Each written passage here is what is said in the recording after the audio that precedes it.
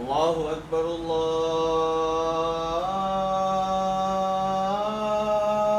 الله أكبر.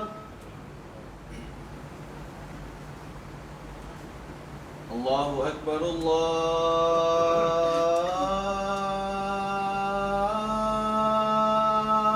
أكبر. أشهد أن لا إله إلا الله.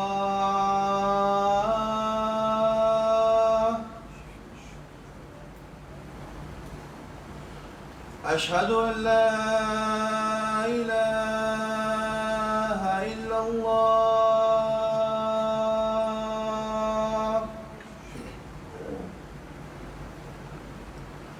أشهد أن محمدًا رسول الله.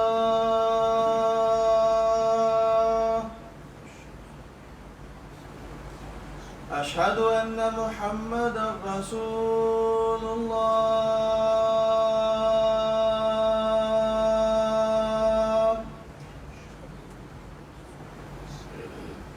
حي على الصلاة.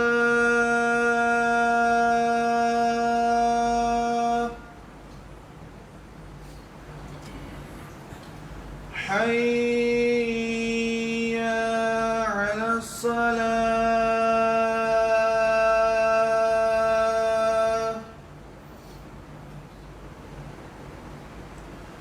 حي على الفلاح.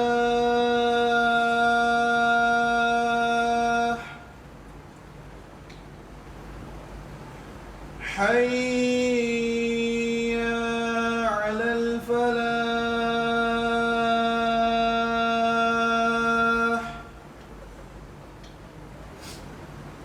الله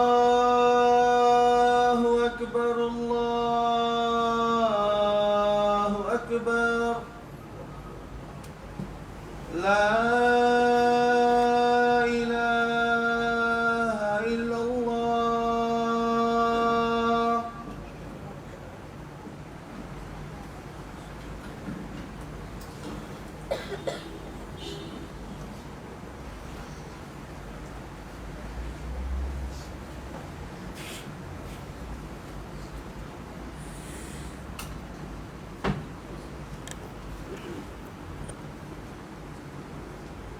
السلام عليكم ورحمة الله وبركاته. إن الحمد لله نحمده ونستعينه ونستغفره ونعوذ بالله من شرور أنفسنا ومن سيئات أعمالنا. من يهده الله فلا مضل له ومن يضلل فلا هادي له. وأشهد أن لا إله إلا الله وحده لا شريك له وأشهد أن محمدًا عبده ورسوله. يا أيها الذين آمنوا اتقوا الله حق تقاته ولا تموتن إلا وأنتم مسلمون. يا أيها الناس اتقوا ربكم الذي خلقكم من نفس واحدة وخلق منها زوجها وبث منهما رجالًا كثيرًا ونساءً. واتقوا الله الذي تساءلون به والأرحام إن الله كان عليكم رقيبا. يا أيها الذين آمنوا اتقوا الله وقولوا قولا سديدا يصلح لكم أعمالكم ويغفر لكم ذنوبكم ومن يطع الله ورسوله فقد فاز فوزا عظيما. أما بعد فإن خير الحديث كتاب الله وخير الهدي هدي محمد صلى الله عليه وسلم وشر الأمور محدثاتها وكل محدثة بدعة وكل بدعة ضلالة وكل ضلالة في النار. أعوذ بالله السميع العليم من الشيطان الرجيم. بسم الله الرحمن الرحيم. قاف والقرآن المجيد بل عجبوا أن جاءهم منذر منهم فقال الكافرون هذا شيء عجيب أإذا متنا وكنا ترابا ذلك رجع بعيد قد علمنا ما تنقص الأرض منهم وعندنا كتاب حفيظ. بل كذبوا بالحق لما جاءهم فهم في أمر مريج أفلم ينظروا إلى السماء فوقهم كيف بنيناها وزيناها وما لها من فروج والأرض مددناها وألقينا فيها رواسي وأنبتنا فيها من كل زوج بهيج تبصرة وذكرى لكل عبد منيب ونزلنا من السماء ماء مباركا فأنبتنا به جنات وحب الحصيد والنخل باسقات لها طلع نضيد رزقا للعباد وأحيينا به بلدة ميتا كذلك الخروج كذبت قبلهم قوم نوح وأصحاب الرس وثمود وعاد وفرعون وإخوان لوط وأصحاب الأيكة وقوم تبع كل كذب الرسل فحق وعيد أفعينا بالخلق الأول بل هم في لبس من خلق جديد وقال الله تبارك وتعالى في موضع آخر ولله على الناس حج البيت من استطاع إليه سبيلا ومن كفر فإن الله غني عن العالمين رب اشرح لي صدري ويسر لي أمري واحلل عقدة من لساني يفقه قولي رب زدني علما سبحانك لا علم لنا إلا ما علمتنا إنك أنت العليم الحكيم اللهم أرنا الحق حقا وارزقنا اتباعه وأرنا الباطل باطلا وارزقنا اجتنابه آمین یا رب العالمین۔ ہر قسم کی تعریف و توصیف، کبریائی، بڑائی، حمد و ثنا رب العالمین کے لیے لائق و زیبا ہے، جس نے ہم سبوں کو پیدا کیا، بے انتہا نعمتوں سے نوازا، جو ہم سب کا خالق، مالک، رازق اور مدبر ہے۔ بعدہ درود و سلام کے نذرانے ہوں اللہ کے تمام برگزیدہ انبیاء کرام اور رسولوں کی جماعت پر، بالخصوص ہم سب کے آخری نبی، سرور کائنات، تاجدار مدینہ، کوکب روز محشر، محمد الرسول اللہ صلی اللہ علیہ وسلم کی ذات گرامی پر۔ محترم دینی ملی بھائیوں اور پردہ نشین اسلامی ماں اور بہنوں، ہم سبوں کو بحیثیت مسلمان یہ بات معلوم ہونی چاہیے اور ہمارے ذہن و دماغ میں یہ شے راسخ ہونی چاہیے کہ مسلمان اپنی نسبت جس اسلام کی طرف کرتا ہے اس کی بنیاد اور اساس 5 چیزوں پر قائم ہے، جو پلرز کی حیثیت رکھتی ہیں۔ وہ 5 چیزیں کیا ہیں؟ جبرائیل امین پیارے نبی صلی اللہ علیہ وسلم کے پاس ایک موقع پر آتے ہیں اور اللہ کے نبی صلی اللہ علیہ وسلم کے پاس متعدد سوالات رکھتے ہیں۔ ان میں سب سے پہلا سوال اللہ کے نبی صلی اللہ علیہ وسلم سے جبرائیل امین جو کرتے ہیں وہ اسلام کے متعلق ہوتا ہے۔ اللہ کے نبی صلی اللہ علیہ وسلم نے اسلام کے جواب میں جو بھی چیزیں ذکر کی وہی اسلام کی اساس ہے، وہی بنیاد ہے، وہی پلرز کی حیثیت رکھتی ہیں۔ اللہ کے نبی صلی اللہ علیہ وسلم نے اسلام کے پلرز اور اس کی اساس کو گنواتے ہوئے فرمایا، الاسلام ان تشہد ان لا الہ الا اللہ وان محمد رسول اللہ صلی اللہ علیہ وسلم۔ اسلام اس بات کی گواہی دینے کا نام ہے کہ اس بات کی گواہی دی جائے کہ اللہ رب العالمین کے علاوہ کوئی بھی معبود برحق نہیں ہے اور پیارے نبی صلی اللہ علیہ وسلم اللہ تعالیٰ کے نبی اور رسول ہیں۔ اسی شے کو ہم توحید کہتے ہیں۔ اللہ کے نبی صلی اللہ علیہ وسلم نے اسلام کی اساس کو گنواتے ہوئے سب سے پہلے توحید کا ذکر کیا، یہ بتلانے کے لیے کہ جو آگے چیزیں ذکر کی جائیں گی یہ اسی وقت قابل قبول ہوں گی جب یہ چیزیں ایک موحد سے کی جا رہی ہوں۔ بغیر توحید کے کوئی بھی عمل اللہ تعالیٰ کی بارگاہ میں کیا جا رہا ہو اللہ تعالیٰ اسے قبول نہیں کرے گا۔ یہ ویسے ہی ہوگا گویا کافرین کی جانب سے وہ عمل کیا جا رہا ہو، اور اللہ رب العالمین نے فرمایا کہ توحید کے علاوہ کسی کسی اور شے پر ایک انسان کی وفات ہو جائے وہ حالت کفر میں شمار ہوگا، اور کل قیامت کے دن زمین بھر سونا پیش کر دے اپنے بچاؤ کے لیے، اپنے دفاع کے لیے، اللہ رب العالمین فرماتا ہے کہ یہ زمین بھر پیش کیا گیا سونا اللہ رب العالمین قبول نہیں فرمائے گا، نہ تو ان کا کوئی مددگار ہوگا بلکہ ان کے لیے خسارہ ہی خسارہ ہوگا۔ اللہ کے نبی صلی اللہ علیہ وسلم نے اسی بنیاد پر توحید کو سب سے پہلے ذکر کیا۔ اس کے بعد اللہ کے نبی صلی اللہ علیہ وسلم نے فرمایا وَتُقِيمَ الصَّلَاةَ، نماز کو قائم کرنا۔ توحید کے بعد نماز کو ذکر کیا گیا، یہ نماز کی اہمیت کو بتلاتا ہے۔ اسی وجہ سے پیارے نبی صلی اللہ علیہ وسلم کی دیگر احادیث کو دیکھیں گے جس کی بنیاد پر نماز کی عظمت واضح ہو جائے گی۔ پیارے نبی صلی اللہ علیہ وسلم نے ایسے لوگوں کو کفر کے درجے میں داخل کر دیا جو لوگ نمازوں کو قصداً چھوڑ دیتے ہیں۔ یہ نماز کی اہمیت ہے جس کی بنیاد پر پیارے نبی صلی اللہ علیہ وسلم نے دوسرے درجے پر نماز کو رکھا۔ اس کے بعد اللہ کے نبی صلی اللہ علیہ وسلم نے فرمایا کہ وَتُقِيمَ الصَّلَاةَ وَتُؤْتِيَ الزَّكَاةَ، زکوٰۃ کو ادا کرنا، وَتَصُومَ رمضان، رمضان کے روزے رکھنا،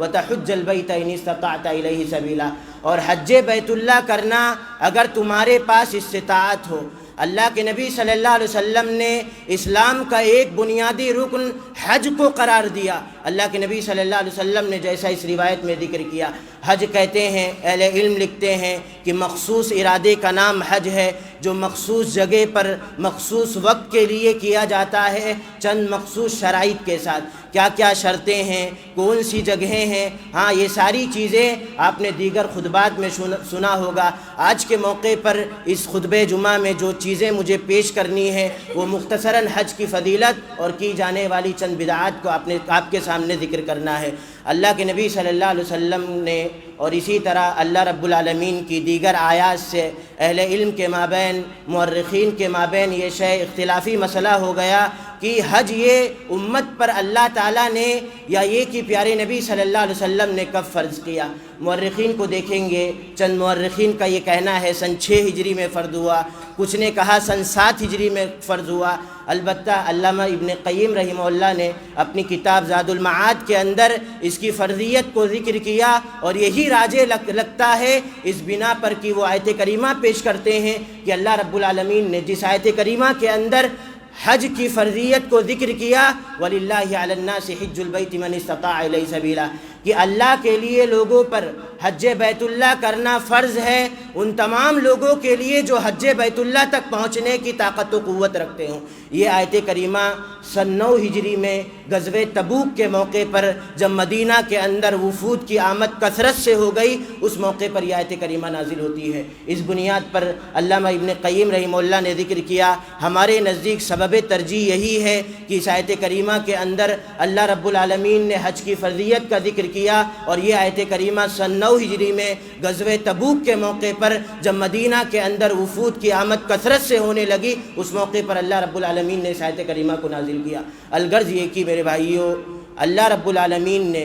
جتنی بھی چیزیں ایک انسان پر لاگو کی، ایک مسلمان پر لاگو کی، جسے ہم اطاعت کے نام سے جانتے ہیں، یہ ساری اطاعتوں کی ایک علت یہی ہے کہ بندہ اللہ رب العالمین کی اطاعت کر کے، پیارے نبی صلی اللہ علیہ وسلم کی فرما برداری کر کے اللہ رب العالمین کا تقرب حاصل کر لے۔ اللہ رب العالمین نے دن میں 5 وقتہ نمازوں کو فرض کیا تاکہ ایک بندہ اللہ تعالیٰ سے قریب تر ہوتا چلا جائے۔ اللہ رب العالمین نے زندگی میں ہر اس انسان پر حج کو فرض کیا جو بیت اللہ تک پہنچنے کی طاقت و قوت رکھتے ہوں۔ اس کی بھی علت یہی ہے تاکہ حج بیت اللہ کر کے ایک انسان اللہ رب العالمین کا مقرب بن جائے۔ آپ بتائیے اس سے بڑھ کر کے فضیلت کیا ہو سکتی ہے؟ حج کی اللہ تعالیٰ نے اسے اسلام کا ایک بنیادی رکن قرار دیا۔ پیارے نبی صلی اللہ علیہ وسلم نے اپنی ایک حدیث کے اندر ذکر کیا کہ حج کرنے کی بنیاد پر اللہ تعالیٰ ایک انسان کے سابقہ تمام گناہوں کو معاف فرما دیتا ہے۔ ایک انسان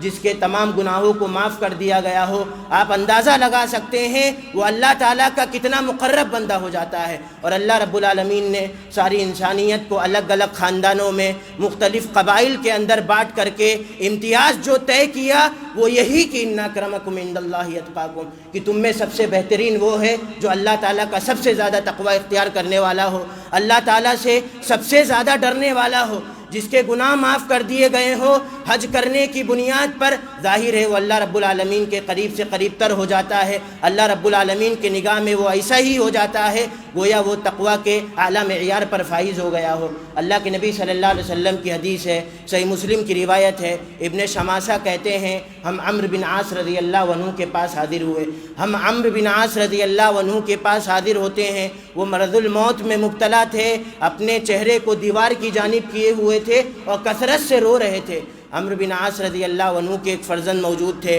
انہوں نے کہا ابا جان آپ کس بنیاد پر رو رہے ہیں؟ کیا اللہ کے نبی صلی اللہ علیہ وسلم کی متعدد فضائل احادیث کے اندر موجود نہیں ہیں؟ اللہ کے نبی صلی اللہ علیہ وسلم نے مختلف مواقع پر آپ کو فضیلتوں سے نہیں نوازا؟ حضرت عمرو بن عاص رضی اللہ عنہ کہتے ہیں ایک انسان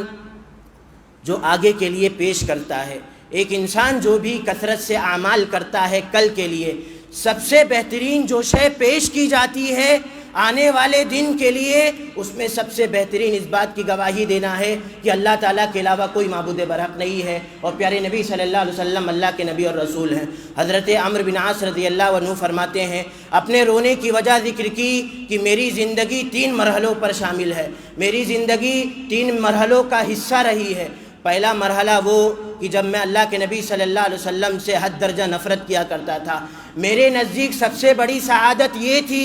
اللہ کے نبی صلی اللہ علیہ وسلم پر قابو پالوں اور اللہ کے نبی صلی اللہ علیہ وسلم کو قتل کر ڈالوں۔ یہ میرا زندگی کا سب سے پہلا مرحلہ تھا۔ اس کے بعد دوسرے مرحلے کے اندر اللہ تعالیٰ نے اسلام کی محبت ڈالی اور ایسا ہو گیا کہ اللہ کے نبی صلی اللہ علیہ وسلم سے بڑھ کر کے میرے دل کے اندر کسی سے بھی لگاؤ نہیں تھا، کسی سے بھی محبت اللہ کے نبی صلی اللہ علیہ وسلم سے بڑھ کر کے نہیں تھی۔ حضرت عمرو بن عاص کہتے ہیں پیارے نبی صلی اللہ علیہ وسلم کے پاس میں پہنچتا ہوں، اللہ کے نبی صلی اللہ علیہ وسلم سے کہتا ہوں اللہ کے نبی صلی اللہ علیہ وسلم آپ ہاتھ بڑھائیے، میں اسلام پر بیعت کرنا چاہتا ہوں، میں آپ کے ہاتھوں پر بیعت کرنا چاہتا ہوں۔ اللہ کے نبی صلی اللہ علیہ وسلم جب اپنے ہاتھ کو بڑھاتے ہیں، عمرو بن عاص رضی اللہ عنہ اپنے ہاتھ کو بڑھانے کی بجائے اپنے ہاتھ کو پیچھے کر لیتے ہیں۔ اللہ کے نبی صلی اللہ علیہ وسلم کہتے ہیں عمرو بن عاص تمہیں کیا ہو گیا ہے، ایسا کیوں کر رہے ہو؟ عمرو بن عاص کہتے ہیں کیا اسلام لانے کی بنیاد پر اللہ تعالیٰ پچھلے تمام گناہوں کو معاف فرما دے گا؟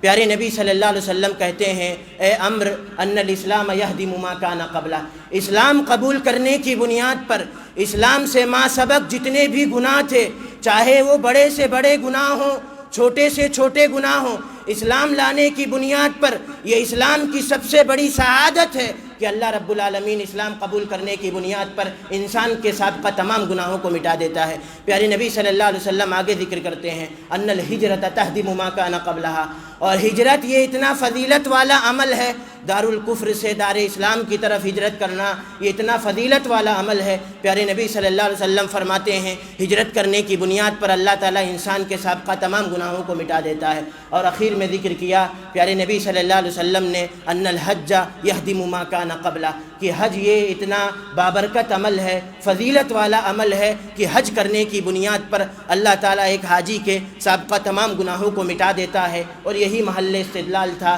کہ حج یہ اتنا بابرکت اور فضیلت والا عمل ہے کہ حج کرنے کی بنیاد پر اللہ تعالیٰ ایک انسان کے سابقہ تمام گناہوں کو مٹا دیتا ہے۔ پیارے نبی صلی اللہ علیہ وسلم کی ایک دوسری حدیث ہے، حضرت عبداللہ بن مسعود رضی اللہ عنہ راوی حدیث ہیں، وہ کہتے ہیں پیارے نبی صلی اللہ علیہ وسلم نے فرمایا کہ تابعوا بین الحج والعمرہ، اے لوگو پے در پہ حج اور عمرہ کو کیا کرو۔ اللہ رب العالمین نے زندگی میں ایک مرتبہ اگر استطاعت ہو تو حج کو فرض کیا، اس کے علاوہ جو سارے آپ حج کریں گے وہ ظاہر نفلی حج ہوں گے۔ پیارے نبی صلی اللہ علیہ وسلم فرماتے ہیں حج و عمرہ کو پے در پہ کیا کرو، فإنہما ينفیان الفقر والذنوب، یہ حج و عمرہ ایک انسان سے محتاجگی کو دور کر دیتے ہیں، اس کے گناہوں کو ایسے ہی دور کر دیتے ہیں کما ينفی الکیر خبث الحدید، جیسا کہ بھٹی یہ لوہے کے میل کچیل کو، اس کی گندگیوں کو، اس کے زنگ اور آلود کو دور کر دیتی ہے، جیسا کہ بھٹی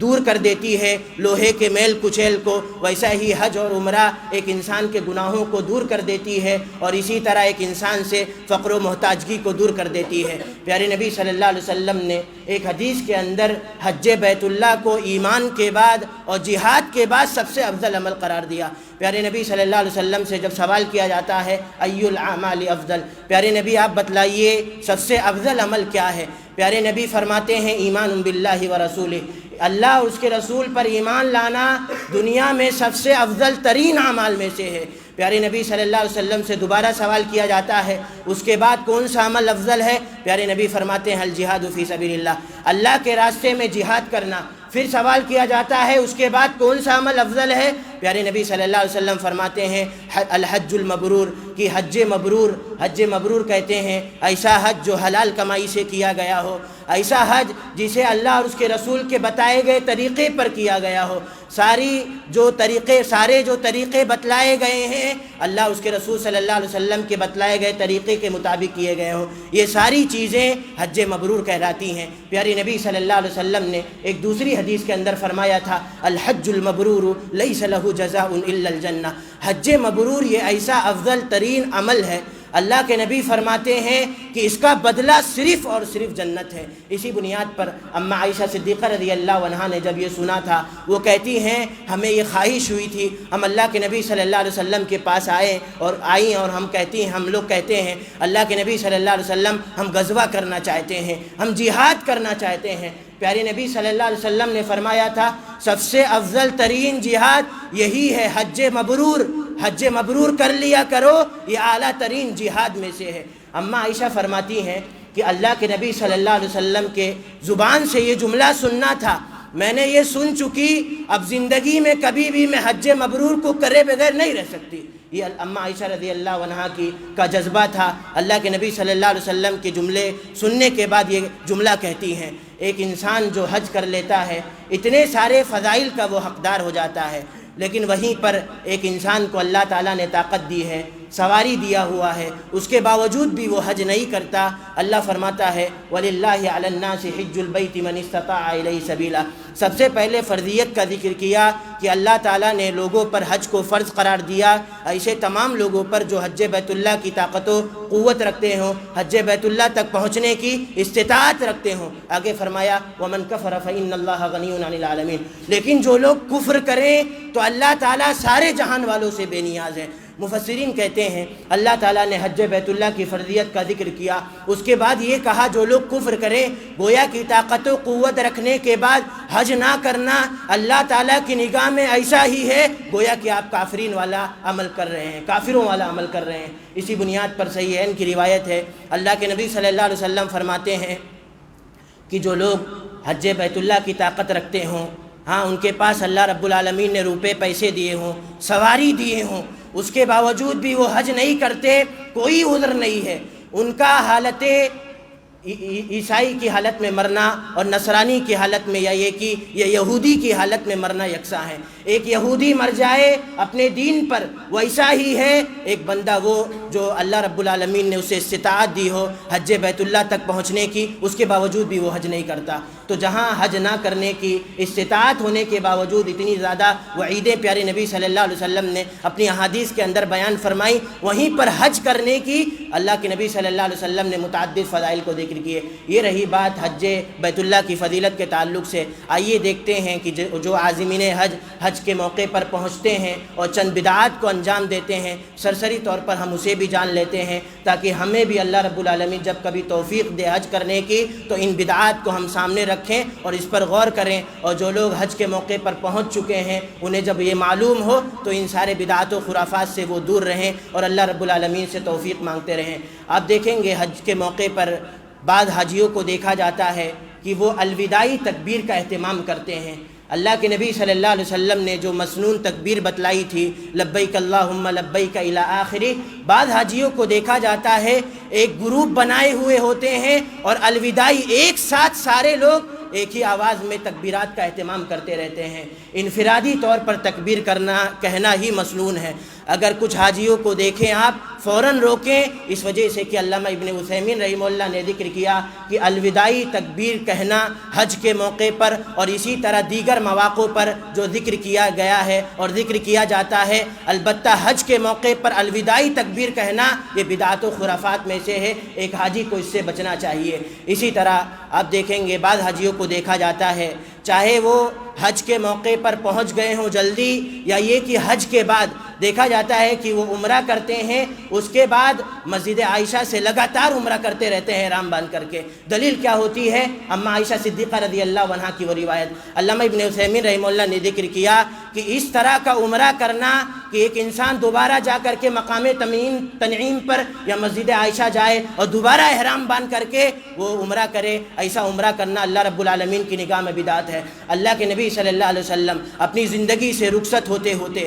یہ بات کہی تھی، اے لوگو علیکم بسنتی و سنت الخلفاء الراشدین المہدیین عضوا علیہا بالنواجذ، اے لوگو میری سنت کو لازم پکڑنا، میرے بعد میرے خلفاء کی سنت کو لازم پکڑنا اور اسے مضبوطی سے تھام لینا، اسی میں آپ کے لیے کامیابی ہوگی۔ اللہ کے نبی صلی اللہ علیہ وسلم کو دیکھیں گے، حج کے موقع پر 19 دن مکہ کے اندر تقریباً قیام کیا، اس کے باوجود بھی اگر یہ شے جائز ہوتی، اللہ کے نبی صلی اللہ علیہ وسلم بدرجہ اولا سب سے زیادہ ایمان کے اعلیٰ درجے پر فائز تھے، اللہ تعالیٰ سے سب سے زیادہ ڈرنے والے تھے۔ اللہ کے نبی صلی اللہ علیہ وسلم کیا اس سعادت کو حاصل کرنے کی کوشش نہیں کرتے؟ صحابہ کرام اس سعادت کو حاصل کرنے کی کوشش نہیں کرتے؟ بعض حاجیوں کو جب یہ سمجھایا جاتا ہے کہ اللہ اس کے رسول صلی اللہ علیہ وسلم کے بتلائے گئے طریقے کے خلاف ہے، وہ ابن باز رحمہ اللہ کا قول پیش کرتے ہیں، کہتے ہیں کہ ہم نے ابن باز رحمہ اللہ سے یہ سنا ہے، ان کا یہ فتویٰ ہے کہ ایسا انسان جسے اللہ تعالیٰ نے توفیق دے دی ہو، بڑی مشقتوں کے بعد جب وہ حج کے موقع پر پہنچ گیا ہو، اسے یہ ڈر ہو دوبارہ موقع نہ ملے یا ملے، ایسے موقع پر اگر ایسا انسان دوسری مرتبہ تیسری مرتبہ یا کئی مرتبہ مقام تنعیم سے عمرہ کر لے، اس کے لیے جائز ہے۔ میرے بھائیوں، ہم اپنی نسبت اہل حدیث جماعت کی جانب کرتے ہیں، ہم ایسے لوگوں کے قول کو قبول کریں گے جو اللہ اس کے رسول صلی اللہ علیہ وسلم کی دلیلوں سے بات کرے۔ اللہ کے نبی صلی اللہ علیہ وسلم نے طرۂ امتیاز صحابہ کرام رضوان اللہ علیہم اجمعین کو بنایا تھا، کہا کہ ساری کی ساری جماعتیں جہنم میں جائیں گی، کامیاب نہیں ہوگی، صرف ایک جماعت کامیاب ہوگی۔ اللہ کے نبی صلی اللہ علیہ وسلم نے فرمایا تھا ما انا علیہ واصحابی، جس جماعت کا یہ امتیاز ہوگا کہ وہ ہر شعبے میں میرے طریقے کو لازم پکڑے ہوئے ہوگی اور میرے صحابہ کرام رضوان اللہ علیہ مجمعین کے طریقے کو لازم پکڑے ہوئے ہوگی۔ پیارے نبی صلی اللہ علیہ وسلم کے سے ایک بھی عمل ہے آپ بتلا دیں کہ اللہ کے نبی صلی اللہ علیہ وسلم نے ایسا کیا ہو، صحابہ کرام کی زندگیوں میں سے ایک بھی عمل آپ بتلا دیں کہ کسی صحابی نے ایسا کیا ہو، آپ دلیل لانے سے قاصر رہیں گے، اور ایسی اشیاء ہی کو بدعت کہا جاتا ہے جس کا ثبوت قرآن مجید سے نہ ہو، اللہ کے نبی صلی اللہ علیہ وسلم کی سنتوں سے نہ ہو، اللہ کے نبی صلی اللہ علیہ وسلم کے صحابہ کرام کی زندگیوں میں وہ عمل نہ ملتا ہو، ایسی ہی چیزوں کو بدعت کہا جاتا ہے۔ اور بدعت کی سب سے اقل سزا یہی ہے جو ہر خطبے میں پیارے نبی صلی اللہ علیہ وسلم پیش کیا کرتے تھے کہ بدعت یہ گمراہی کی طرف لے جاتی ہے اور ہر گمراہی یہ جہنم کی طرف لے جاتی ہے۔ اماں عائشہ صدیقہ رضی اللہ عنہا کا وہ قصہ کیا ہے؟ اللہ کے نبی صلی اللہ علیہ وسلم کے ساتھ وہ حج کرنے کے لیے آتی ہیں، حج کے موقع پر اللہ کے نبی صلی اللہ علیہ وسلم کی جو بیوی تھی اماں عائشہ صدیقہ رضی اللہ عنہا، انہیں حیض آ جاتا ہے۔ اللہ کے نبی صلی اللہ علیہ وسلم کہتے ہیں عمرہ کا احرام نکال دو، اپنے سر پر کنگھی کر لو اور حج کا احرام پہن لو۔ جب یہ حج سے فارغ ہو جاتی ہیں، حیض ختم ہو جاتا ہے، اللہ کے نبی صلی اللہ علیہ وسلم حضرت عبد الرحمن بن ابو بکر جو ان کے سگے بھائی تھے ان کے ساتھ بھیجا اور کہا تمہارا عمرہ باقی رہ گیا تھا، آپ جاؤ مقام تنعیم سے اپنے بھائی کے ساتھ عمرہ کا احرام باندھ کر کے عمرہ کر لو۔ اسی بنیاد پر علامہ ابن عثیمین ذکر کرتے ہیں اگر ایسی کوئی صورتحال ایک خاتون کے ساتھ پیش آ جائے تو ایسی صورت میں رخصت دی جا سکتی ہے، اور بعض اہل علم نے اسے اماں عائشہ صدیقہ رضی اللہ عنہا کے ساتھ خاص کیا ہوا ہے۔ البتہ یہ کسی صورت کے اندر کسی بھی انسان کے لیے اجازت نہیں ہے کہ وہ حج کے موقع پر پہنچے، عمرہ کے موقع پر پہنچے، ایسی صورت میں مقام تنعیم جا کر کے احرام باندھ کر کے دوسری مرتبہ یا سینکڑوں مرتبہ وہ عمرہ کرے۔ اگر عمرہ وہ کرے گا ایک تو اسے ثواب نہیں ملے گا، دوسری شے یہ کہ ایسا انسان بدعت کا ارتکاب کرنے والا ہوگا۔ اسی طرح بعض حاجیوں کو دیکھا جاتا ہے کہ وہ جب طواف کرتے ہیں 7 چکر جو لگاتے ہیں، ہر طواف کے اندر ہر شوط کے اندر جسے چکر کہتے ہیں، ہر چکر کے اندر الگ الگ مخصوص دعائیں پڑھتے ہیں، جبکہ الگ الگ مخصوص دعاؤں کو پڑھنا ہر شوط کے اندر ہر چکر کے اندر علامہ ابن عثیمین رحمہ اللہ اسے بدعات کے اندر ذکر کرتے ہیں۔ اسی وجہ سے اللہ کے نبی صلی اللہ علیہ وسلم اور دیگر سلف سے یہ ملے گا کہ وہ ربنا آتنا فی الدنیا اس طرح کی دعائیں عام دعائیں پڑھا کرتے تھے۔ اس کا یہ مطلب نہیں کہ آپ ہر شوط کے لیے ایک دعا کو خاص کریں، وہ بھی بغیر دلیل کے۔ میرے بھائیو، حج یہ عبادت ہے، اس کا ہر عمل عبادت ہے، اور عبادت اسی وقت قبول ہوگی جب وہ اللہ کے نبی صلی اللہ علیہ وسلم کے بتلائے گئے طریقے کے مطابق ہوگی۔ اسی طرح بعض حجیوں کو دیکھا جاتا ہے کہ جب وہ حجر اسود کے پاس پہنچتے ہیں جو بوسہ دیتے ہیں اسے چھوتے ہیں، وہ برکت کی نیت سے چھوا کرتے ہیں۔ اہل علم لکھتے ہیں کہ 90% حاجیوں کا یہی حال ہوتا ہے، وہ برکت کی نیت سے حجر اسود کو بوسہ دیتے ہیں۔ حضرت عمر رضی اللہ عنہ کا یہ قول ایسے سارے عازمین حج کو یاد رکھنا چاہیے۔ انہوں نے ایک موقع پر حجر اسود کو مخاطب کر کے کہا تھا کہ اے حجر، میں جانتا ہوں کہ تیری حیثیت ایک پتھر کے علاوہ کچھ نہیں ہے، لا تضر ولا تنفع، تو نہ تو نقصان دے سکتا ہے نہ فائدہ پہنچا سکتا ہے۔ ولولا، اور اگر اللہ کے نبی صلی اللہ علیہ وسلم کو میں نہ دیکھا ہوتا کہ اللہ کے نبی صلی اللہ علیہ وسلم تجھے بوسہ دے رہے ہیں، ما قبلتک، اپنی پوری زندگی میں تجھے بوسہ نہیں دیتا۔ حجر اسود کو جو ہم چھوتے ہیں یا یہ کہ دور سے اشارہ کرتے ہیں، بوسہ دیتے ہیں، برکت کی نیت سے نہیں، صرف اس بنیاد پر کہ اللہ کے نبی صلی اللہ علیہ وسلم کا یہ بتلایا گیا طریقہ ہے، پیارے نبی صلی اللہ علیہ وسلم کا یہ ایک عمل ہے، اس بنیاد پر ہم حج کے موقع پر ایسا کرتے ہیں۔ اسی طرح بعض حاجیوں کو آپ دیکھیں گے کہ وہ اپنے کفن کو اپنے ساتھ حج کے موقع پر لے جاتے ہیں اور اسی طرح زمزم کے پانی سے اسے دھل لیتے ہیں برکت کی نیت سے، اور اپنے گھر والوں کو یہ وصیت کرتے ہیں کہ جب میں مر جاؤں تو اسی زمزم سے دھلے ہوئے کفن کے اندر مجھے کفن دینا۔ میرے بھائیوں، اگر یہ کوئی برکت والا عمل ہوتا، زمزم کی جو بھی فضیلتیں ہیں اس سے کسی بھی مسلمان کو انکار نہیں ہے، لیکن آپ کا یہ عمل ایسا عمل ہے جو اللہ کے نبی صلی اللہ علیہ وسلم کا طریقہ نہیں تھا، پیارے نبی صلی اللہ علیہ وسلم کے صحابہ کے طریقوں میں سے نہیں تھا، لہذا اس سے بچنا چاہیے، آپ کا یہ عمل بدعت میں شمار ہوگا۔ اسی طرح آخری شے یہ کہ بعض حاجیوں کو آپ دیکھیں گے اللہ کے نبی صلی اللہ علیہ وسلم کی قبر کے پاس پہنچتے ہیں تو قبر کی طرف رک کر کے اللہ رب العالمین سے دعائیں مانگتے ہیں۔ اللہ کے نبی صلی اللہ علیہ وسلم نے اپنی آخری زندگی میں اس شے کا اظہار کیا تھا کہ اے لوگوں، پچھلی امتیں ہلاک ہوئی تھیں، انبیاء کے قبروں کو سجدہ گاہ بنانے کی بنیاد پر، انبیاء کے قبروں کو سجدہ گاہ بنانے کی بنیاد پر پچھلی امتیں ہلاک ہوئی ہیں، اور مجھے بھی اس بات کا ڈر ہے۔ ایک انسان اللہ کے نبی صلی اللہ علیہ وسلم کی قبر کی طرف رک کر کے دعا کرتا ہے کس نیت سے؟ کہ اللہ کے نبی صلی اللہ علیہ وسلم اس دعاؤں کو قبول کریں گے؟ اللہ کے نبی صلی اللہ علیہ وسلم اگر یہ دعائیں قبول کریں گے، کسی کا یہ عقیدہ ہو، اس کا عقیدہ شرکی عقیدہ ہے، کفری عقیدہ ہے، کس بنیاد پر آپ اللہ کے نبی صلی اللہ علیہ وسلم کے قبر کے سامنے اس کی طرف، اللہ کے نبی صلی اللہ علیہ وسلم کے قبر کی طرف رک کر کے آپ دعائیں مانگتے ہیں؟ اسی طرح بعض حاجیوں کو دیکھیں گے کہ زیارت کرنا صرف 3 مساجد کے لیے اللہ تعالیٰ نے مسنون قرار دیا ہے، ایک مسجد حرام ہے، ایک مسجد نبوی ہے اور مسجد اقصیٰ۔ ان 3 مساجد کے علاوہ کسی اور مسجد کی طرف زیارت کی غرض سے جانا، آپ کا یہ چلنا بدعت میں شمار ہوگا۔ بعض احباب کو آپ دیکھیں گے اللہ کے نبی صلی اللہ علیہ وسلم کے قبر کی طرف جاتے ہیں نیت کر کے، زیارت کرنے کے مقصود سے، برکت کی نیت سے۔ اسی طرح گنبد خضرا کی طرف جاتے ہیں یہ نیت کرتے ہوئے کہ اللہ رب العالمین اس پر ثواب دے گا۔ آپ کسی بھی شے کی طرف نیت کر کے قصد و ارادہ کریں، صرف 3 مساجد کی طرف اللہ رب العالمین نے زیارت کو مسنون قرار دیا، آپ کا یہ چلنا مبارک ہوگا اس بنیاد پر کہ اللہ کے نبی صلی اللہ علیہ وسلم نے اسے مسنون قرار دیا ہے۔ ان 3 مساجد کے علاوہ چاہے وہ قبر رسول صلی اللہ علیہ وسلم ہو یا اس کے علاوہ دیگر مساجد ہوں، آپ کا یہ چلنا ایک تو اللہ رب العالمین کی نگاہ میں بدعت شمار ہوگا، لہذا تمام حاجیوں کو اس سے بچنا چاہیے۔ اللہ رب العالمین سے دعا کرتے ہیں کہ اللہ تعالی ہمیں حج کی فرضیت کو اور اسی طرح اس کی فضیلت کو مد نظر رکھتے ہوئے جب بھی اللہ تعالی ہمیں اس کی توفیق دے ہم حج کرنے کے لیے سب سے آگے رہیں۔ اللہ رب العالمین ہمیں اس کی توفیق عنایت فرما۔ رب العالمین جب تک ہمیں دنیا میں زندہ رکھ، کتاب و سنت پر گامزن رکھ، بدعات و خرافات سے ہمیشہ ہماری حفاظت فرما۔ آمین و صلی اللہ علی نبینا محمد وعلی آلہ وصحبہ وسلم۔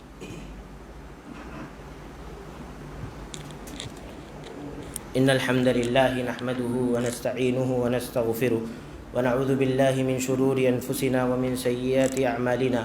من يهده الله فلا مضل له ومن يضلل فلا هادي له وأشهد أن لا إله إلا الله وحده لا شريك له وأشهد أن محمدا عبده ورسوله إن الله وملائكته يصلون على النبي يا أيها الذين آمنوا صلوا عليه وسلموا تسليما اللهم صل على محمد وعلى آل محمد كما صليت على إبراهيم وعلى آل إبراهيم إنك حميد مجيد اللهم بارك على محمد وعلى آل محمد كما باركت على إبراهيم وعلى آل إبراهيم إنك حميد مجيد إن الله يأمر بالعدل والإحسان وإيتاء ذي القربى وينهى عن الفحشاء والمنكر ولذكر الله تعالى وأولى وجل وتم أكبر